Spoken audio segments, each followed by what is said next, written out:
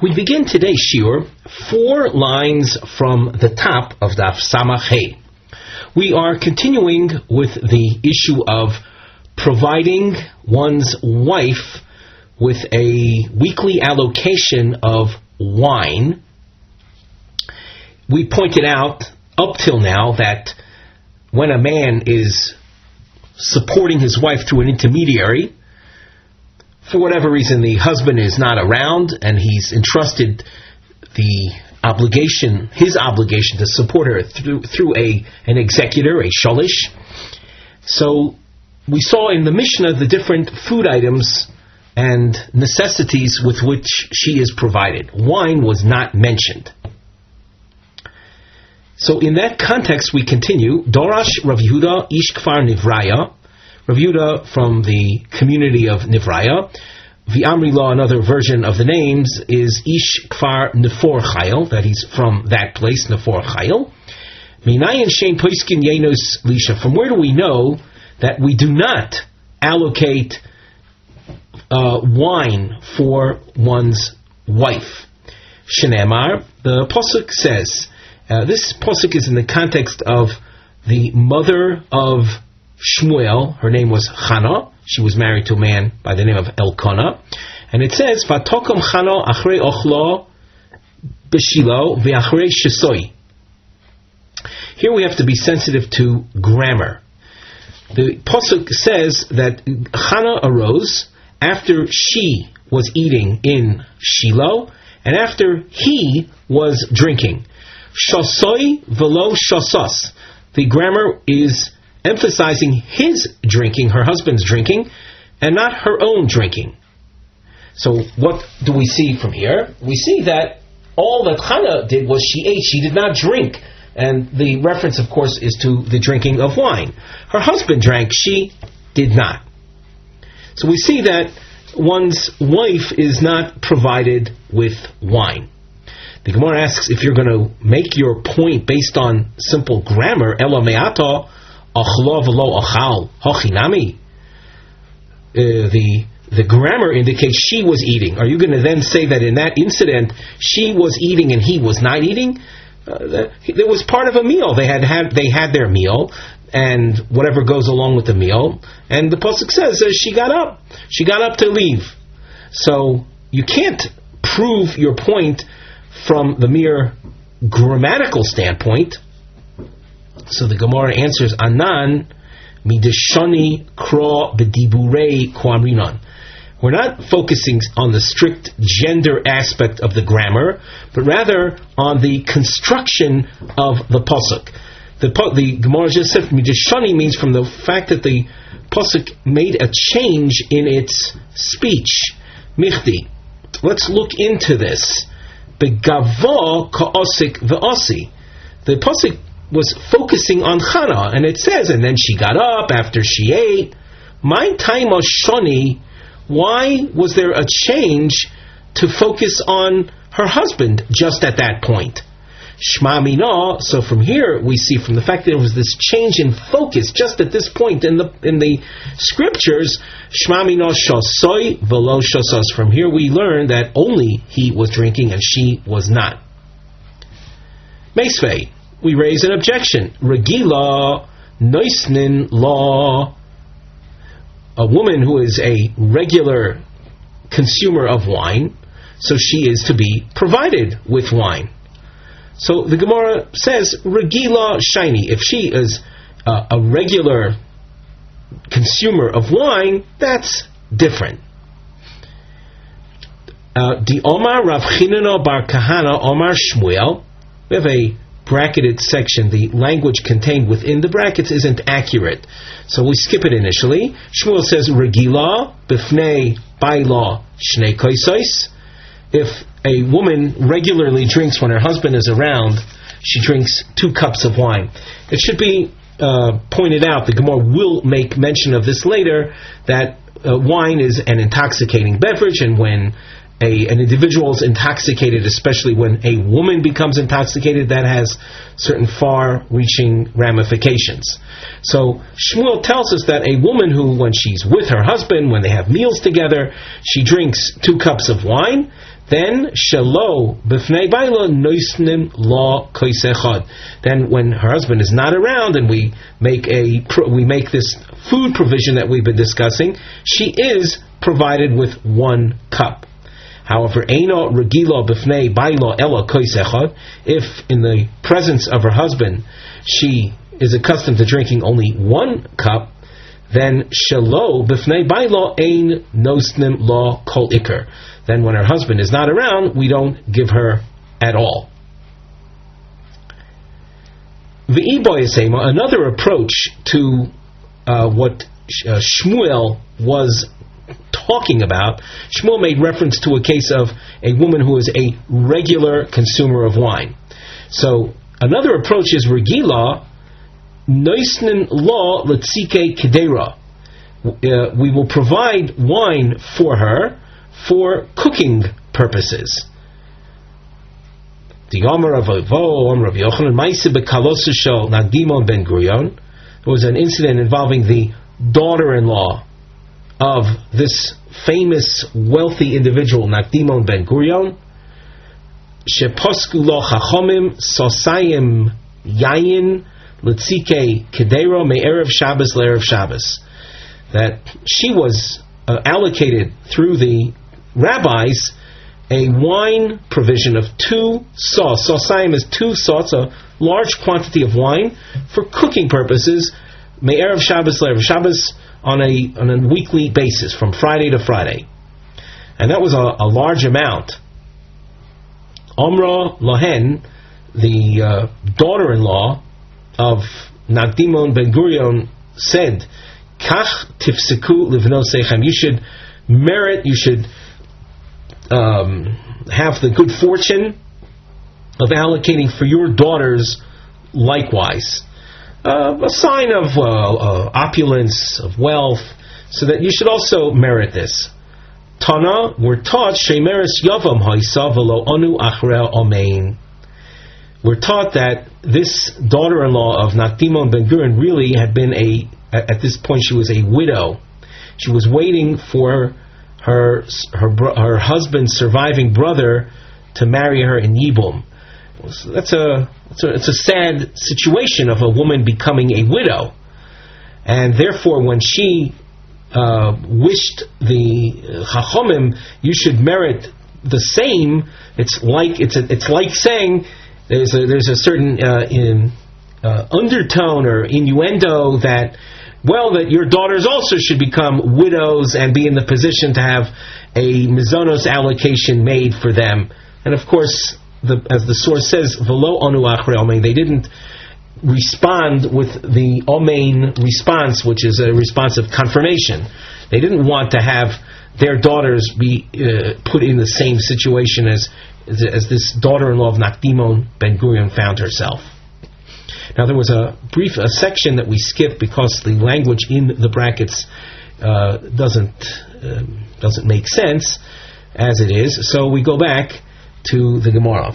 The Gemara had mentioned that if a woman is a regular consumer of wine, so then we will make some type of allocation.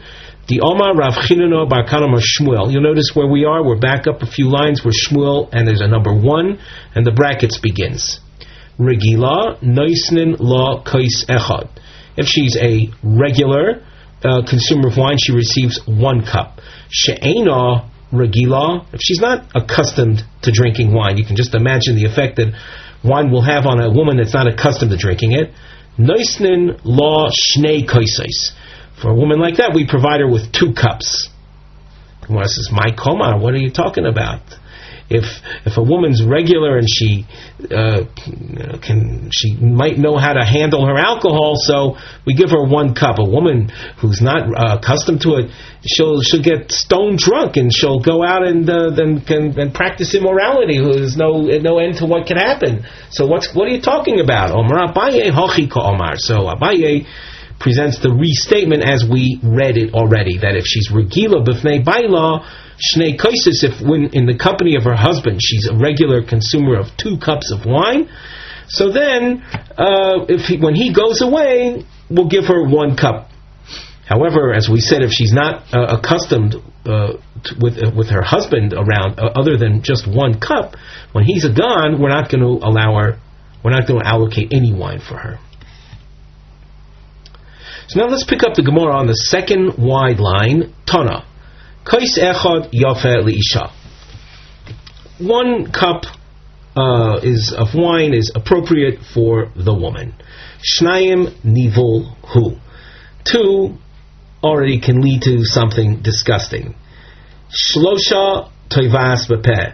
A woman who has 3 cups of wine, she'll seek out intimacy, verbally seek it out. In other words, she'll become proactive in that sense. She'll seek it out. Arba'ah afilu chamor toivas b'shuk ve'eno makpedes. If she were to drink 4 cups of wine, she'll become so intoxicated that she'll seek out even a donkey for cohabitation and will have no concern about her own dignity, of course, because of the influence of so much alcohol on her. Omar Rava lo shanu elo she'ein bailo imo. The teaching that we just learned is if her husband is not around. Avo bailo imo les lon ba. If her husband is around, then we are not concerned. She can drink as much as she wants, because when she then becomes intoxicated and seeks out intimacy, her husband is there to control the situation and to provide whatever needs she requires. The Gemara asks, Chana, the Bailo Imo Havoi. The story involving Chana above was a case of her husband was around. You'll notice that was the pasuk that we cited in the upper part of the page, and we saw there that she did not drink wine even in the presence of her husband. So the Gemara answers, Achsenoi Shaini. They were en route, they were travelers, they were at an inn, they were being hosted by others. The Omer of Huna, from where do we know that someone who's traveling, who's being hosted by others, they're not to engage in husband-wife intimacy? Shenemar, the pasuk says, "Vayashkimu baboiker, vayishtachavu lashem, vayashuvu vayavo el beisam haramasa." The Elkanah Chana couple, they got up in the morning, went back home to Ramah, where they lived. Vayeda Elkanah es Chana ishto vayizkereo Hashem. And Vayeda means that he had intimacy with his wife. At what point? Hashto in. Now, yes, now that they're at home, mehikorolo, but not as travelers. So that the fact that she wasn't drinking wine, even though her husband was there, that's only because they were achsanoi. They were travelers. They were being hosted by others.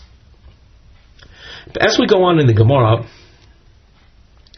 we have a new marking on the side under the Mivneh heading. The volcano shape and double underline appear. These are Maisim Shenoshim Bo Shivsiku Lahem Bein Hayeter Yayin. Stories involving women that sought out a wine allocation. And that the double underline, you can see Psok Li Chamra is a repeated theme here, where the woman comes to the Rabbonim for a wine allocation. Chuma, this is a name of Abaye's wife. Chuma de Visuda Abaye, Asoy Lekame de Rava.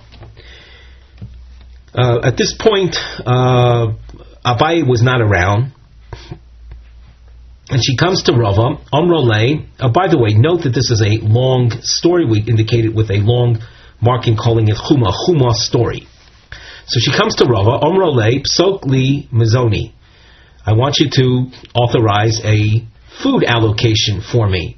Posak law, he did so. Psok Li Chamra, provide for me a wine provision. Omar le Yodana Bey Benachmeni Rava says, I know regarding Nachmeni. Nachmeni is an alternative name for Abaye. So I know Abaye, the lo have shosi chamra. He is a teetotaler. He doesn't consume wine. Omra le. So Chuma says Chaye Damar. Chaye Damar is an expression type of she swears to have a mashki le b'shufrazi kihai, that I served him wine in a shufrazi, is a cup, a long cup, a tall glass, maybe a long stemmed vessel. Kihai, the length of kihai means like this, like the length of my arm. So she was demonstrating that. What do you mean, Abaye didn't drink any wine? I used to serve him wine in a goblet this long. Bahadi de komachvi lay, as she was demonstrating this, the length of the cup, she extended her arm. Igli dar'a, her arm, the flesh of her arm became exposed. In other words, she came in modestly dressed, but in demonstrating the length of the cup, the height of the cup, so her arm became exposed. Nafal nahira beveidina, and a glow, a radiance was cast in the court. Rava was overcome by this. Oral lebese, he went home.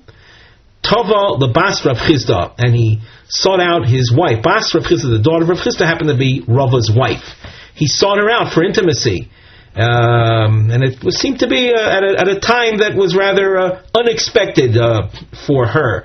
Omra lei bas Rav Chisda, so Rava's wife says to him, Man havi ho'idno bebeidino, who was in Beis Din today that has aroused you so much that you're coming seeking me out for intimacy. What happened today? Omra Omar la Chuma devisu d'Abaye. So Rava answers that the Chuma, Abaye's wife, was in town today. She was in the court. Nafko Abasra. So Rava's wife went on the charge. She went out after her. Mochta la bekulfi deshida. Here we'll just translate it. Exactly, to take it literally or not is another question. You have to look into it further. But it says that she beat her with some type of closet lock. Kulfi is a manul, a lock. On a shida is a box, a closet. Rashi says manul shel argos. And she was beating on her ad afka la mikule mechuza, until she chased her out of the community, the town of all of Mechuza, the town of Mechuza. Omra la, Rava's wife was charging her with the following: Katlis lech tlosa. You've been married to 3 men already, and they all died on you. The asis lemiktal achrina, if you come to kill another man. In other words, Rashi says lemiktal achrina shebos la'aros yofiach sheikvoitz ish alecha. You've come to expose your beauty. Apparently, she was a beautiful woman, and in exposing her beauty, she is attempting to allure some other man to be her 4th husband, who would end up dying on her as well. So she didn't want the Bas Rav Chisda, as Rava's wife, didn't want her in town whatsoever. She was a threat. Devisu the Rav Yosef Brei de Rava. Here's another story involving the wife of Rav Yosef, the son of Rava. And by the way, in the recent Gemara, we saw Rav Yosef Brei de Rava and the marriage, and his premature return home. You can look back in the Gemara story there. Back on the stories from Samach Bey, Samach Gimel, in our recent shiurim. So here we see him again. Here it's the wife of Rav Yosef, Brei de Rava, Asoy Lekame de Rav Nechemya, Brei de Rav Yosef. And now she's coming with a need to Rav Nechemia, the son of Rav Yosef. Interestingly, this Rav Yosef Berger Rava was sent by his father Rava to learn by Rav Yosef. And if these are the same people, so now we're dealing with the next generation. We're dealing with Rav Yosef's son is now dealing with the wife of Rav Yosef Berger Rava. Omra lay, so she says, Psok li mizoni, make a food allocation for me. Posak law, and he did so. Psok li chamra, I want you to have the executor provide for me a wine, make a wine allocation for me.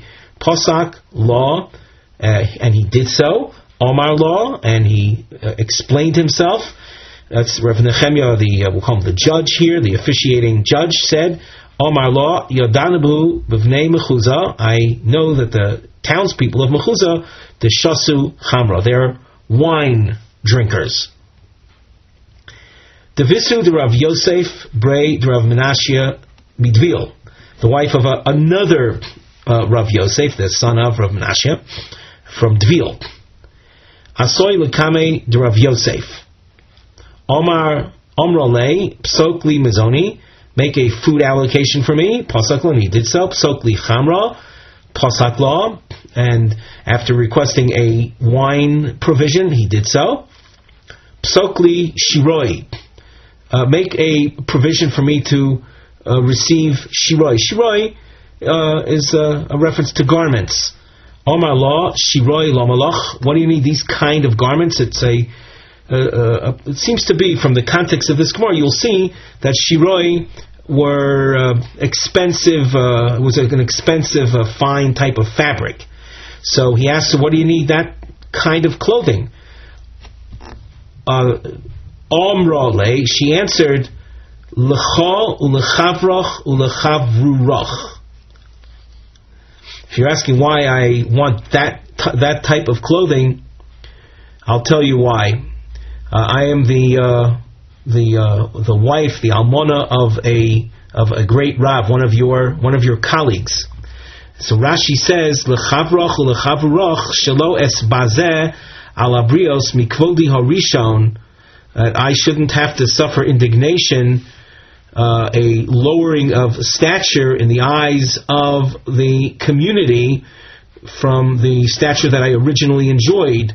And this disparagement should not be lo b'fanecha v'lo b'fnei chavirecha. It shouldn't be in front of you nor in front of your colleagues. So that I'm a woman I enjoyed a certain communal stature, and part of that involved fine clothing. And in order to preserve my dignity in your eyes and in the eyes of your colleagues, I am requesting that. We saw, amongst the other provisions in the Mishnah, V'nosein lamita u'mapitz v'chulei.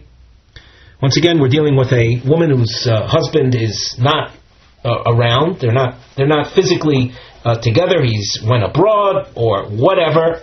She's living separately. We're not talking, of course, about a couple that's divorced. We're talking about they're simply not physically under the same roof. The Gemara asks, Mapitz umachseles lama law di yohav law. The Mishnah makes a reference to these different kinds of mats. Mapitz and machseles are types of mats. What does she need them for? Now, Rashi explains, he adds here, and let's look at the Rashi together. Mapitz and machseles, more than halfway down the Rashi column. Harei or shotuach al mitot tov min mapitz. A mat, one might think, is something that is an item that one needs because he uses that for sleeping. But a bed, as Rashi describes, had a leather center to it. In other words, if you can imagine a bed frame and a sheet of leather attached with the straps to the frame, so a person would sit and would recline on a leather bed surface. So that's better. That's better. Tov min mapitz. Why does she need a mapitz when we're assuming she's got something better already?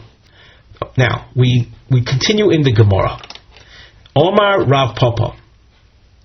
We're talking about a community where they don't have beds with leather surfaces, but rather Ba'asra means in a location, Tenehigi, where their custom is, their minig, the Molu Puria Bechavli the Mivgar law.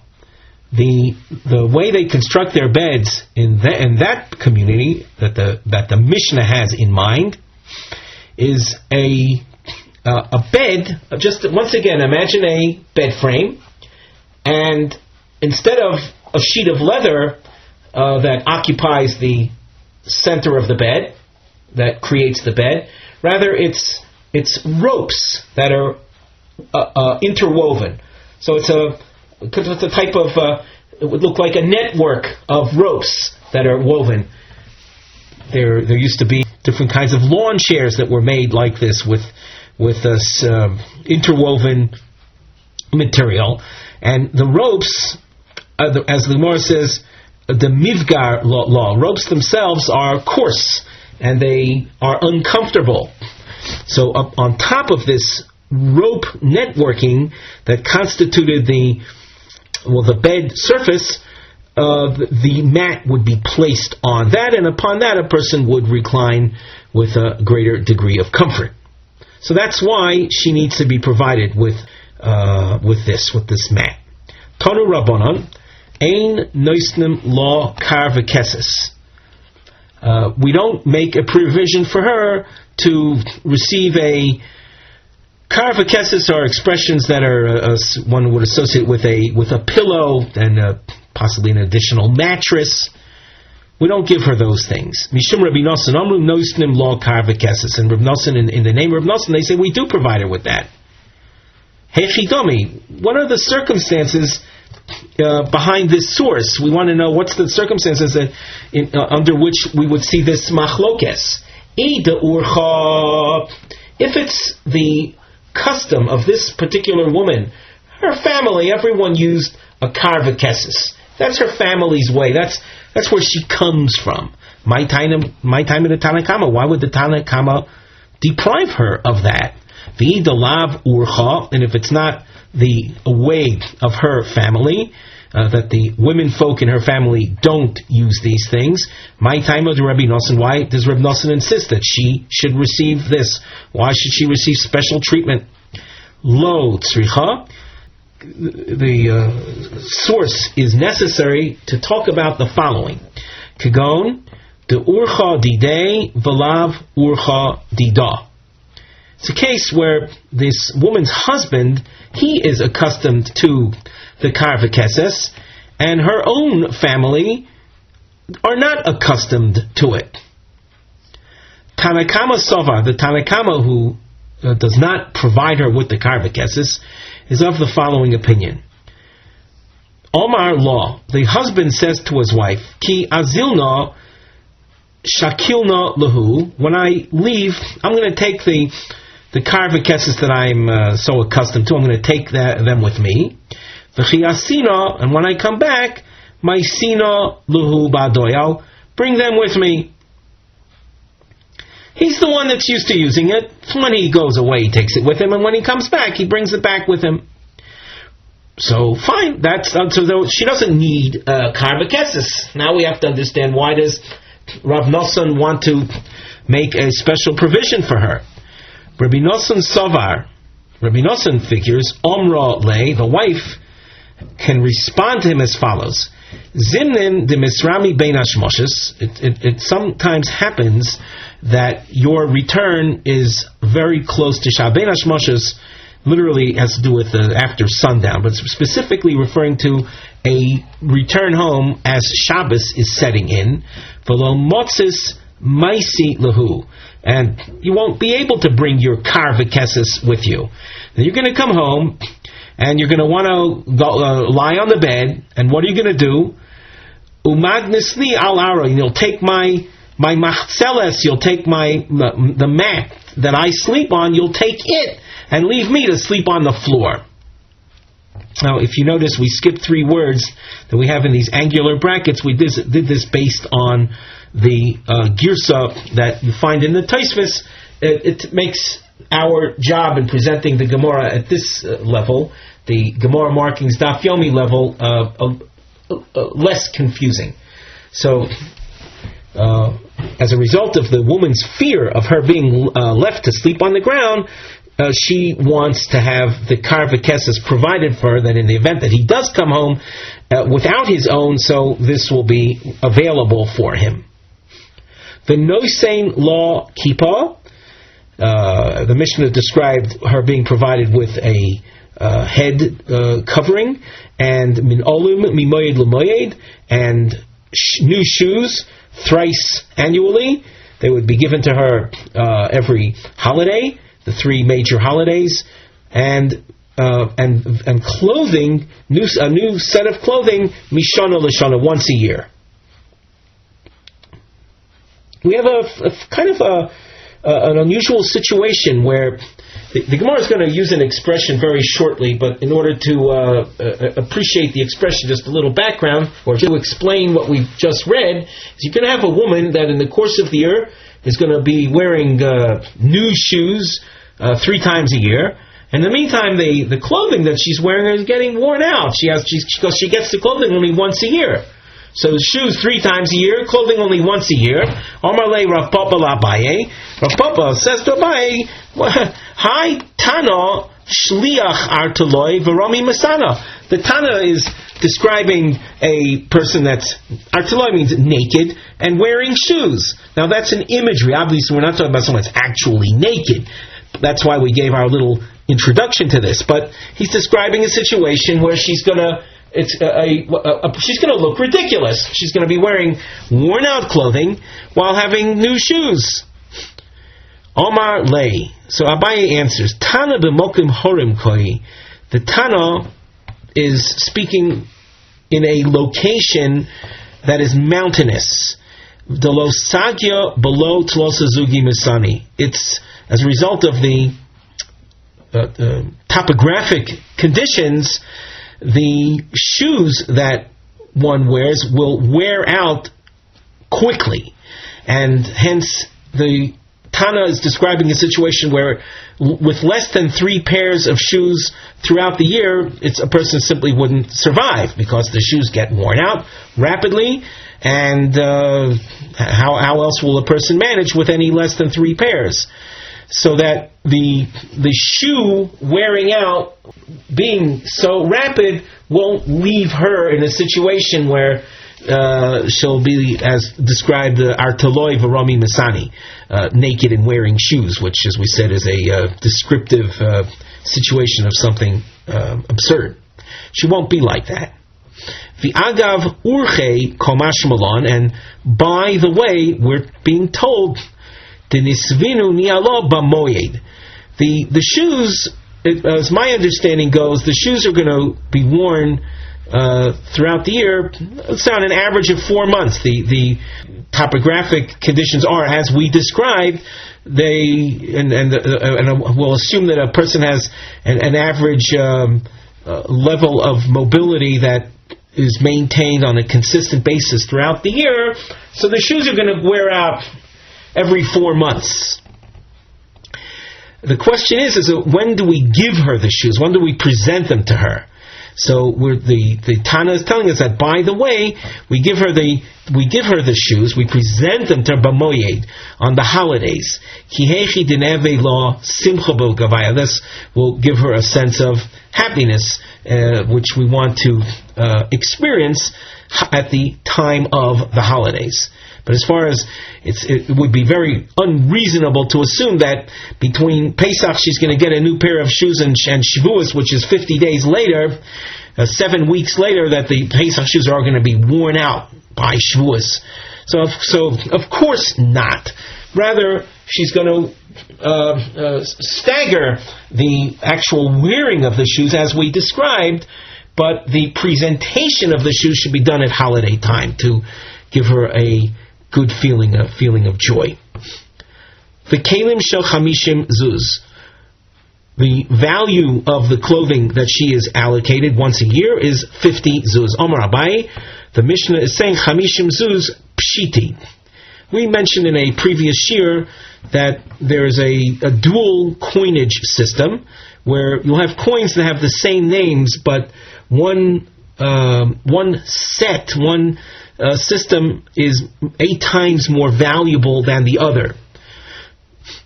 I don't, just by way of just thinking of things, you can have a situation of an American dollar and an Australian dollar. They're both called dollars, but they have different values. So in the Gemara in the time of the Gemara, there was a similar situation. You have Kesef Medina and Kesef Tsuri. So the Tsuri standard being much more valuable, more expensive, worth more than the Medina coins. So Abaye says she's provided with 50 zuz pshiti. Pshiti is a reference to the Zuze Medina, the Medina currency, as opposed to the Tsuri currency. Mimai, how does Abaye know that? Midikotani, from the fact that the Mishnah says, Bamed v'mamurim be'oni sheb'Yisrael, the allocations mentioned in the Mishnah are we call it the lowest level, the minimum amount. They address a poor man. But if a man of means is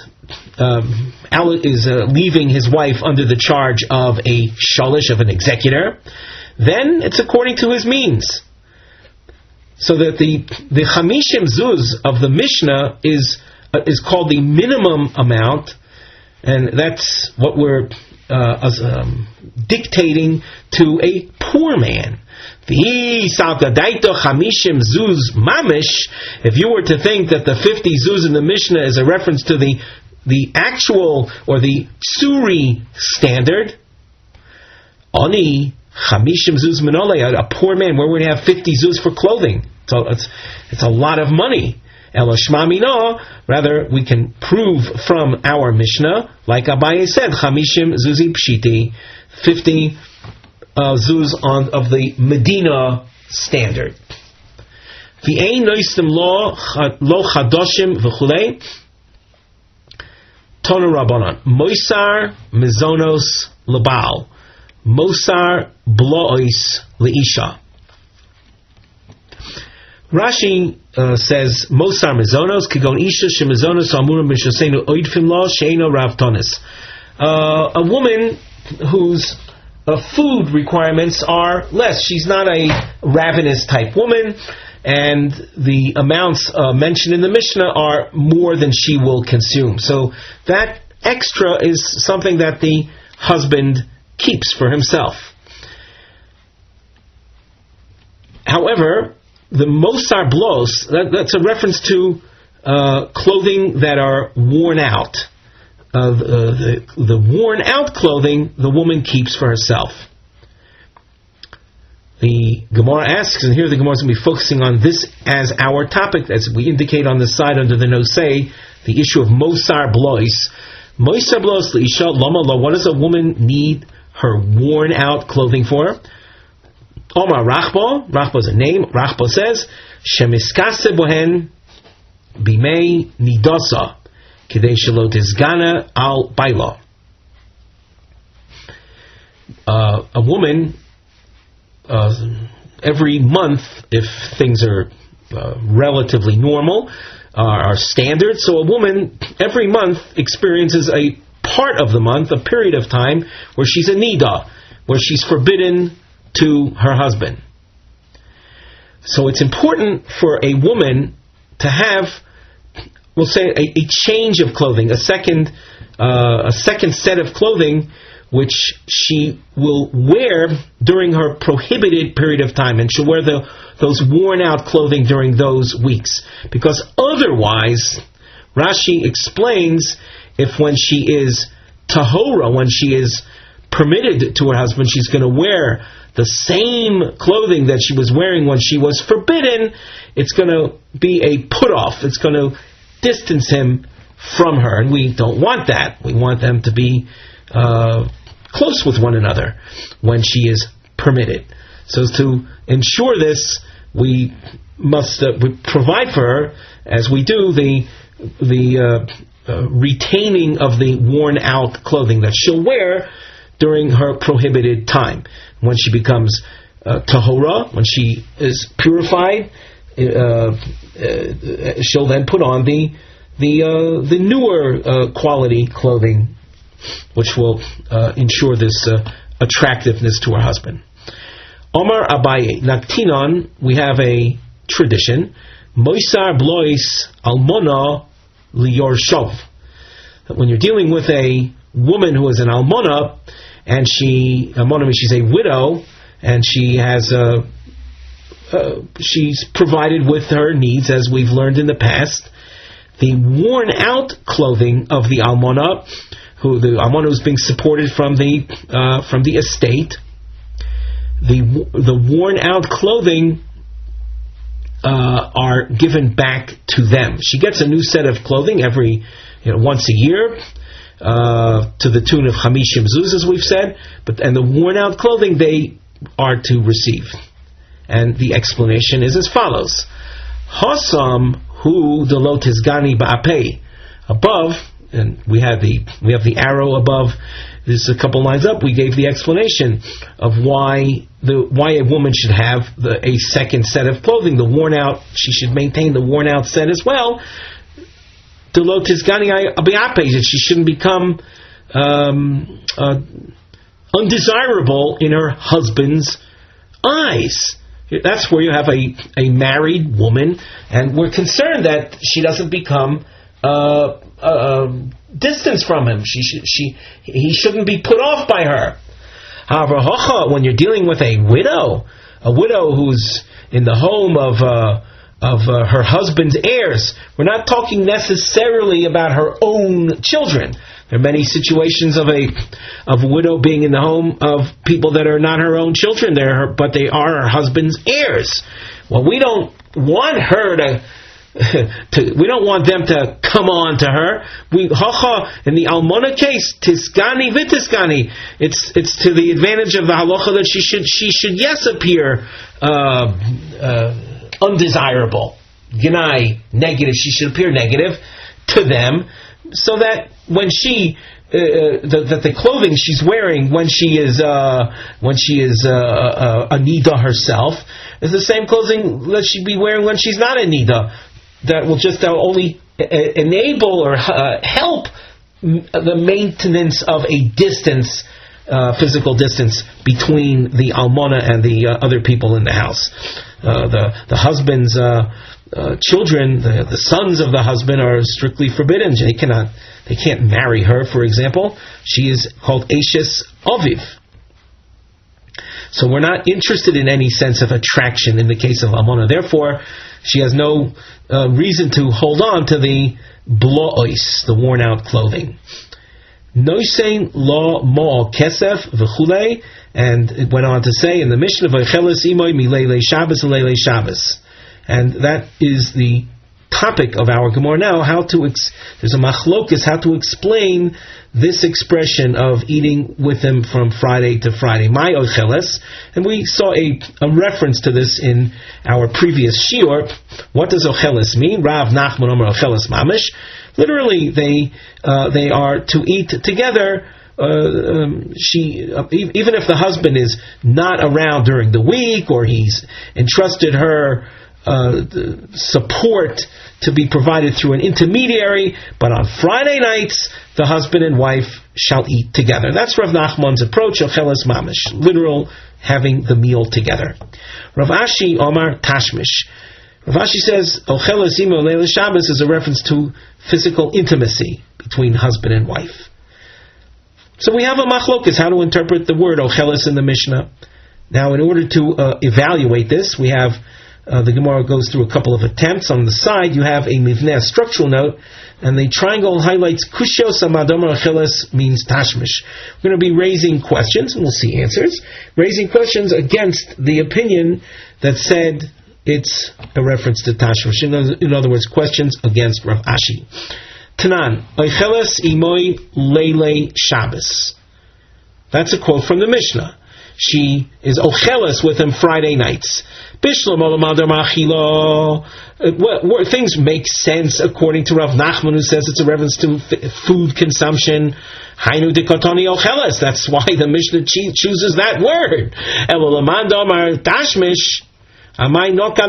But if the Mishnah is really talking about intimacy, why does it use a different word? Why does it use the word ocheles? The Gemara answers, Lishna Ma'aliyah. The Mishnah here is being faithful to the way of the sages throughout rabbinic speech in seeking out euphemistic, clean, refined type speech. Lishna Ma'aliyah. Kinechtiv. And to demonstrate this, we quote a pasuk where the word achla appears, but it's really a reference to intimacy. The pasuk says, "Ochlo machta pia v'yomra lo pa'alti oven," and it's describing something prohibited, and it's describing an act of immorality, and it uses the word ochla. And the pasuk is saying she's ochla machta pia. She wipes off her mouth and says, "I didn't do any sin." But in the interpretation and the explanation of that pasuk, it's very clear that ochla is a reference to an act of intimacy of an immoral nature. So the word ochla is a word that's an appropriate synonym for tashmish. Meisvei, Reb Shimon Gamliel Oimer Ocheles B'leilei Shabbos v'Shabbos. Reb Shimon Gamliel says that they are ocheles on Friday nights and on Shabbos by day. Bishlam Olam Ma'achila Hainu Dikotoni v'Shabbos. According to Rav Nachman, this source makes sense. It says that they eat a meal together on Friday night and they eat Shabbos by day. But according to Rav Ashi, who said that the word ocheles is a reference to intimacy, tashmish b'Shabbos mi'ika. Could there be such a thing as intimacy on Shabbos day? V'amar Avuna Yisrael kedoshim hein v'hein mishamshin mitosein b'yom. The Jewish people are a holy people. They are, and holiness is manifest by modesty. And one aspect of modesty is intimacy between man and wife. Between husband and wife, done in an unlit environment, in darkness. So, that being the case, how can the source say ocheles and say on Shabbos and that possibly being a reference to intimacy, because you're in effect saying intimacy is done Shabbos by day, Shabbos daytime. The Gemara answers that they're not mutually exclusive. Ha'omar Rava has explained in the past, B'vayis ofel muter. We've used the term before, unlit environment. You can have an unlit environment even by day. If you, as they say, draw the curtains or close the shutters. A bayis ofel means a dark room. So if that be the case, you can read the source featuring Rav Shimon Gamliel saying that she's ocheles, it's tashmish with him Friday night and Shabbos by day. As far as your concern of lack of modesty, it's talking about a case of a bayis ofel, a dark room. Vim hoisa minika. The topic heading on the side of the Gemara says lazun bonov katne ktanim. The issue of supporting one's children that are very young until 6 years of age. Dorash Rabbi Ula Rabba Apischa Debei Nesia. The great Ula, or Rabbi Ula Rabba, lectured, he taught at the entrance of the leader's house.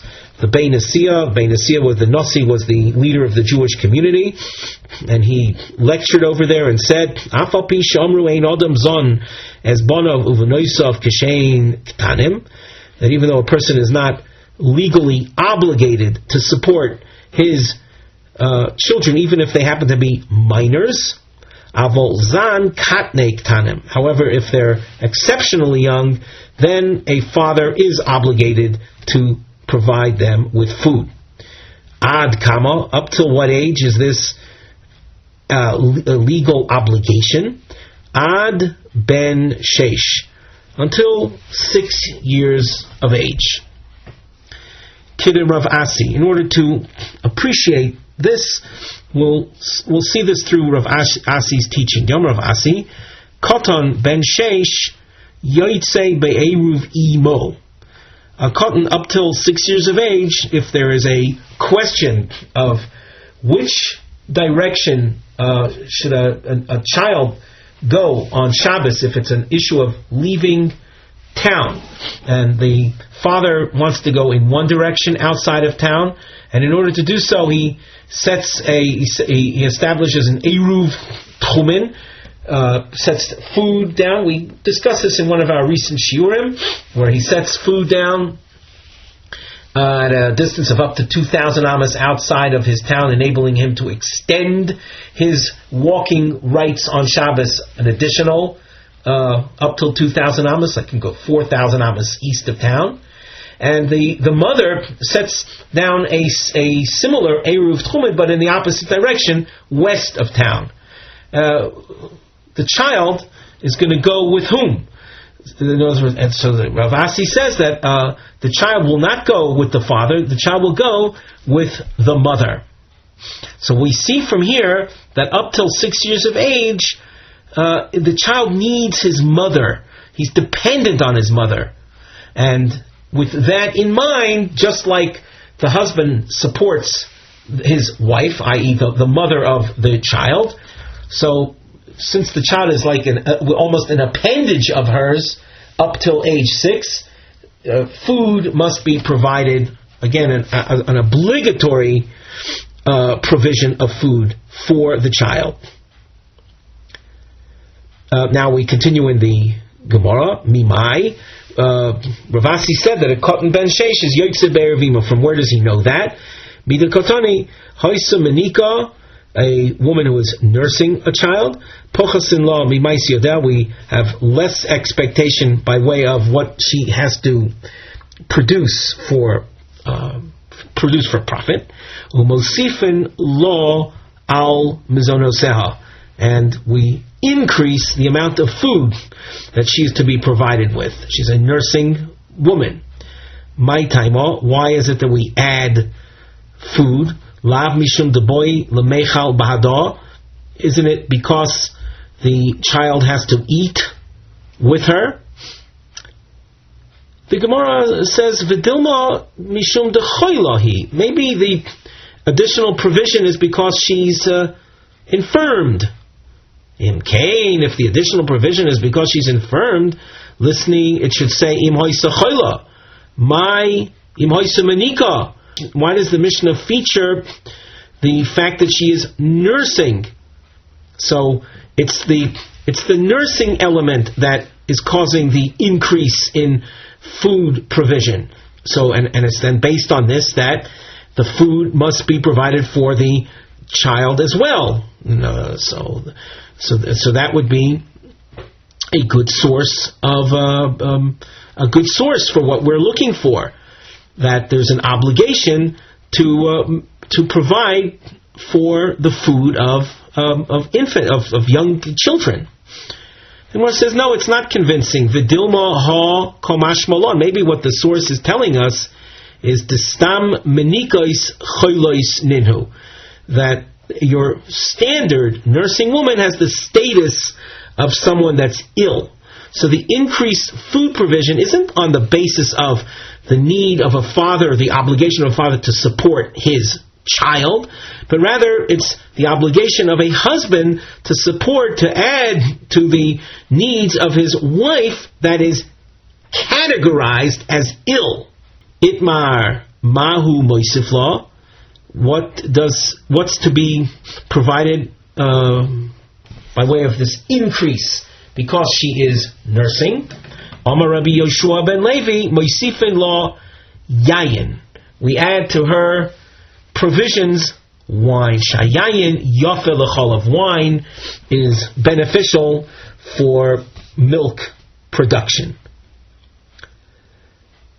As you can see, that brings us to the close of the 5th parak of Kesubos, and now we begin the Mishnah of the 6th parak.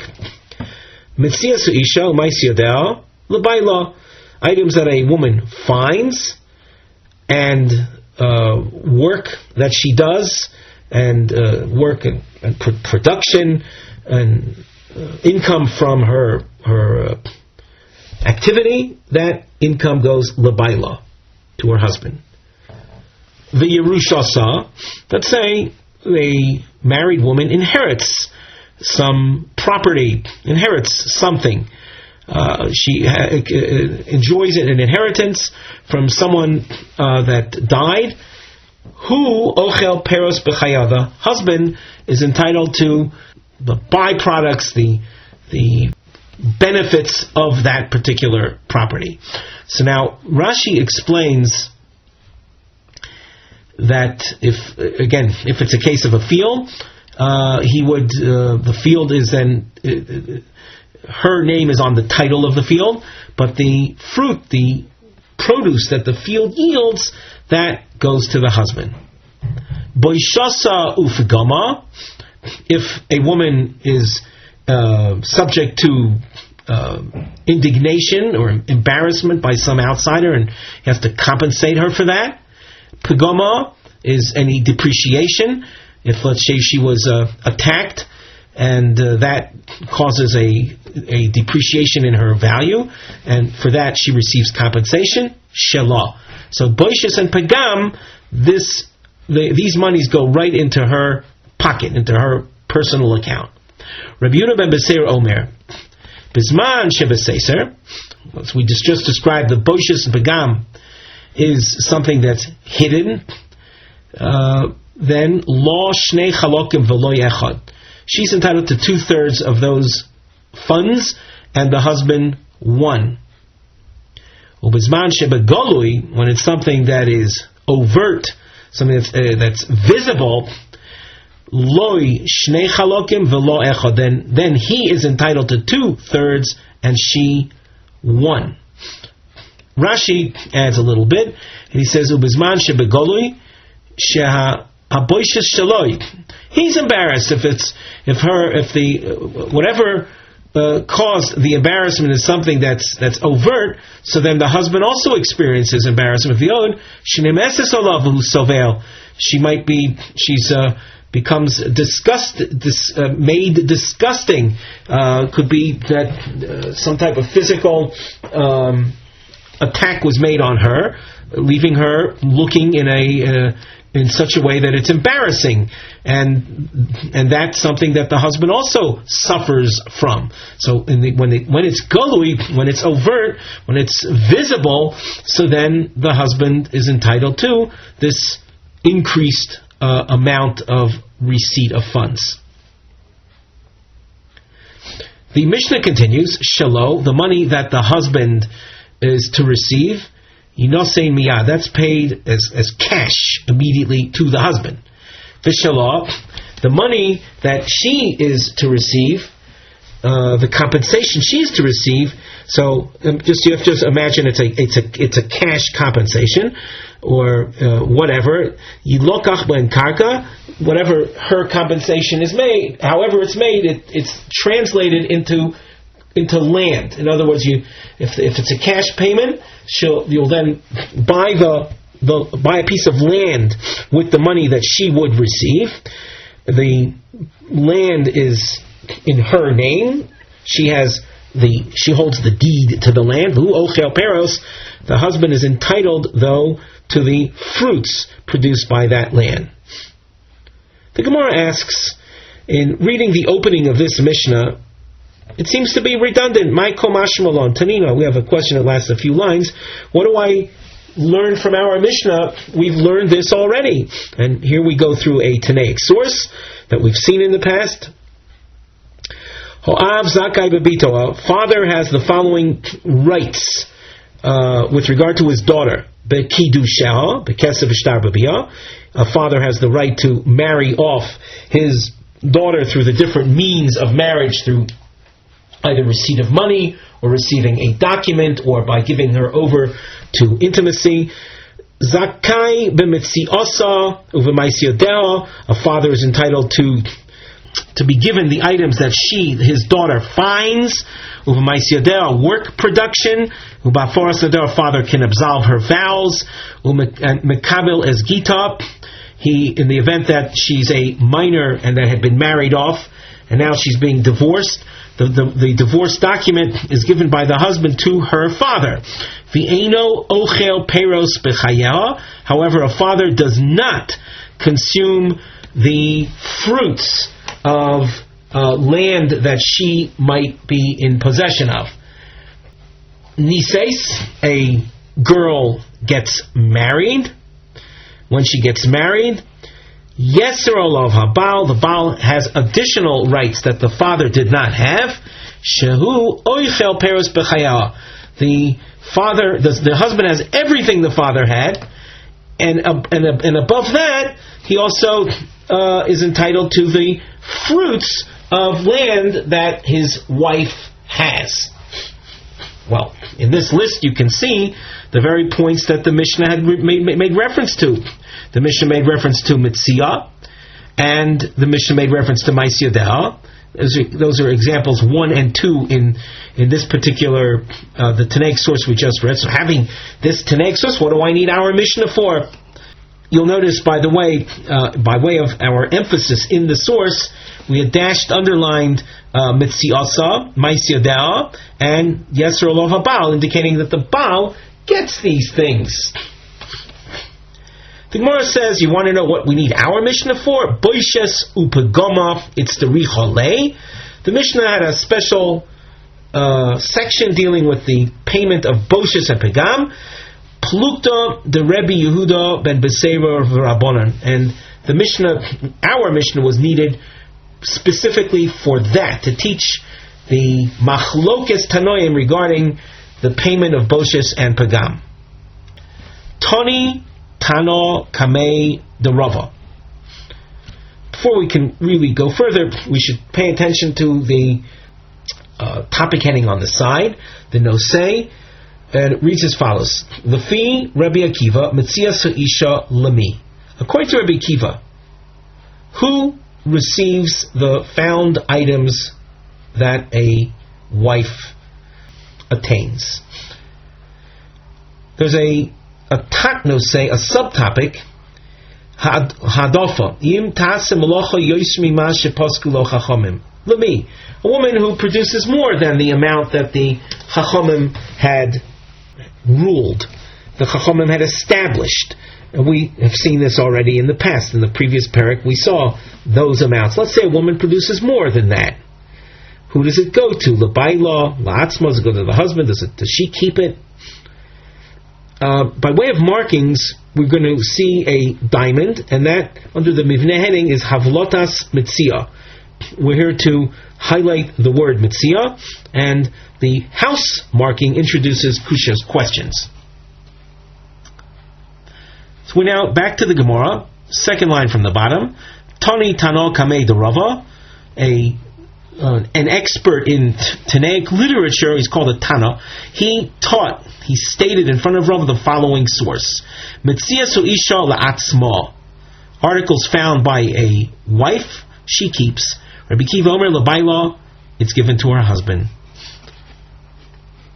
Omar lay.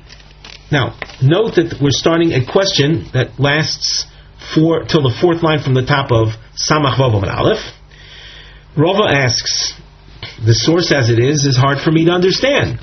Hashta uma ha'adafa demaiseidahi Omer Rabbi Kiva la'atzma. Mind you, ha'adafa means that which is beyond the basic maisiyadayim, the basic amount that a woman is expected to produce. If she produces above that, that's called the ha'adafa. It's an extension, we'll say, of the maisiyadayim. And the maisiyadayim itself, the basic maisiyadayim, that the husband gets. He receives your basic ma'aseh. What about the hadafa of that, the extra? Rabbi Akiva says regarding that, Rabbi Akiva latzma. Rabbi Akiva says she gets that. Notice we're on the top line of Samach Vav Amud Aleph right now. When it comes to hadafa, which is an extension of something that belonged to the husband, yet she gets that hadafa, Mitziyasa lo kol shekain, things that she finds, all the more so. And here we give you the source in which Rabbi Akiva appears. But the main issue right now is, how can the source taught in front of Rava have Rabbi Akiva ruling that things she finds go to the husband? As far as Rabbi Akiva is concerned, things she finds, all the more so she should be able to keep. If she can keep ha'adafa, certainly she should be able to keep the mitzvah. So as the Gemara goes on, it gives you the source for the issue of the hadafa. If we skip it momentarily, though, you see that we're using a bracket marking. Just go down just to the end of the bracketed section. The Gemara answers, you raised a serious problem, so you know what? Switch things around. And the switched around source would read, Metzia Suisha Labaila, Rabbi Akiva Oimer Liatzma. Well, that's what you wanted it to come out as, and hear it. This is the more accurate reading. However, that leads us into another question, which we'll get to momentarily. And we said that we have a bracketed section because it was mentioned. Rabbi Akiva holds that the hadafa of Ma'aseh Yadayim is something that essentially belongs to the woman herself. This not, and we're reading on the second line from the top. The Tanaic source demonstrates this as Rabbi Akiva's position. Imagine a woman vows, and this is a topic we've seen already a few times in recent shiurim. A woman vows, she vows prohibiting to her husband her work production. Eino tzarech lahafer. The husband doesn't even have to bother voiding that vow. Very simply because she's obligated to produce the Ma'aseh Yadayim for the husband, and therefore she doesn't have any right to make a vow that counters a pre-existing obligation. Rabbi Akiva Omer Yofer. Rabbi Akiva says it would be a good idea for the husband to absolve that vow, to rescind that vow. Shema tadif alav yoser min haroilo. She might produce more than the basic amount. It's true that the basic amount she can't prohibit. However, any amount above that, that's hers. And since it's hers, the vow she makes concerning her things takes root. And if he wants to be in an unpleasant situation of having to be prohibited because of her vow from the ha'adafa, he had better rescind that vow upon hearing it. Well, what do we see from here? We see that according to Rabbi Akiva, ha'adafa belongs to the woman. Hence her vow would have relevance regarding that. Therefore, how could it be that Rabbi Akiva, who says the ha'adafa, which is an outgrowth of Ma'aseh Yadayim, which belongs to the husband, and yet the ha'adafa she keeps, the metzia, things she finds, has nothing to do with the husband. She finds it. All the more so she should be entitled to keep it. The Gemara continues, so switch the source around. Metzia so isha labayla, Rabbi Akiva Omer liatzma. As far as Shitas Rabbi Akiva is concerned, she keeps the metzias. The Gemara asks, though, and again you see a long question, the house marking introducing the question. V'ha ki also Ravin Amar Rabbi Yochanan b'hadafa shelo ayidei adchak kulei alma lo pligi debal have. That essentially the question. There's more information in the question, but the ikr question is up till this point. What's the ikr question? It was mentioned here in the name of Rabbi Yochanan that hadofa, extra production. Extra production, it comes with ease. Shelo yadei adchak. A woman who's we'll see later in the Gemara describing of a woman who is capable of multitasking. Oh, someone like that, where she'll produce quite a bit without any extra efforts. We'll see more about this later. That is called hadofa shelo yadei adchak. She doesn't have to strain herself for that. Everyone agrees that goes to the husband. And now in raising this point, we're associating mitzios, things that she finds, with hadofa shelo yadei adchak. So by presenting this source in this reversed fashion with the mitzia, and Rabbi Akiva saying she keeps it, why should she keep it? Rabbi Yochanan says everyone agrees that it should go to the husband, just like hadofa shelo yadei adchak. The Gemara answers, maybe it'll be a surprise to some, but Omar Rav Papa, if we skip the bracketed section, immediately go to the answer. Rav Papa says, Mitziyosa kiadofa sh'ayidei adchak domi. Plukta the Rabbi Akiva Rabbanan, referring to Mitzia as hadofa, not as something shelo adchak, but hadofa sha'al yadei adchak. That in fact is a machlokes between Rabbi Akiva and the Rabbanan. It's not something everyone agrees with. And therefore, according to Rabbi Akiva, a found item, something she finds, Rabbi Akiva will call it al yadei adchak.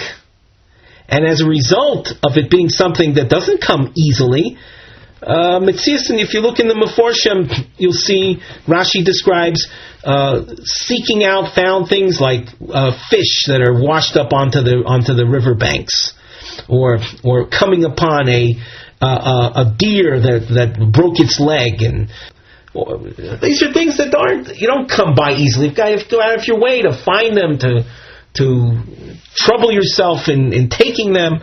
Therefore, there's room for saying that a mitzvah is not something that comes easily. As far as how to categorize it, that's the machlokes between Rabbi Akiva and the Chachamim.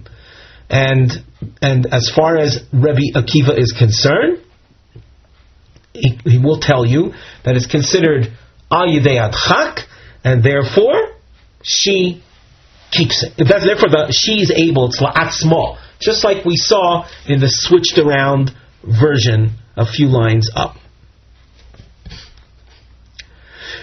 Now, we did skip a few lines in raising the question. We said, but isn't everyone in agreement that hadofa shelo yadei adchak goes to the husband? And in our question, we were assuming that mitzia is like that. It's like shelo yadei adchak, something that the woman does not extend herself for. Ki pligi, when is there a machlokes? Shal yadei adchak. Tanakama sover l'bayla. The hadofa that comes with efforts, with extended efforts, the Tanakama says that goes to the husband. And Rabbi Akiva sovar l'atzma. Rabbi Akiva holds that which she has to, the hadofa that she achieves, but only through extending herself, that she keeps. So that when you see, let's say, references to Rabbi Akiva holding that the hadofa is something that is under the woman's jurisdiction, that's hadofa sha'al yadei hadchak. And as we saw, the answer given by Rav Papa, that a mitzia is in fact considered like hadofa sha'al yadei hadchak, something that's hard to come by. And as Rabbi Akiva said in the bracketed section, it is la'atzma, and that parallels the epuch approach we presented 5 lines from the top, where you see the diamond, and there Rabbi Akiva was saying that the mitzia is la'atzma, just like hadofa sha'idei adchak is la'atzma. Boy Rav Papa. Ostolo shtayim bevasachas mahu. Imagine a woman that's capable of doing 2 things at once. Boy Ravina, shloisho arba b'vasachas mahu. Imagine a woman's capable of doing 3 or 4 things at once. And it produces hadofa. She's able to produce more than the minimum amount required. Who gets that? Teku. So that remains unresolved. To appreciate this a little more, let's take a look at Rashi. Shtayim shalosh rabba v'asachas shemeres kishuim. Imagine a woman is serving as a guard of kishuim. Kishuim is a type of vegetation growing in a field. So she's guarding the kishuim. V'toiva pishton, and she spins flax, from which we produce linens. Umelamedes shir lenoshim bischar, and as she's watching the kishuim and spinning the flax, she's also teaching song, music, for pay. Umechamemes beitzim b'cheika, and she helps in the incubation of eggs, chicken eggs that need warmth. So she hires herself out as a human incubator by having eggs in her lap, wrapped in maybe in her apron. Oh, beitzei toiloyim o isimeshi shanoshim mechamoisei son b'cheikon v'heim notzrin. These are worms, silkworms that also are hatched by the woman providing warmth. Rashi goes on, Mahu mihave ka'al yedei adchak oilo. Now, here's this woman highly skilled in multitasking. She's producing let's assume she produces a very respectable income from all of these actions, and she's doing it once. How are we to view that? Is that hadofa yedei adchak or not? And if you say, for example, that no, it doesn't. The fact that she's able to do all these things at once doesn't put additional strain or demand on her. So then it would be, if you say that, it would be shelo yadei adchak, and everyone would agree that the husband would get all of that extra income. If, however, you say it's considered yadei adchak, that would then lead us to a machlokes tanoim, and that would have to be ruled upon.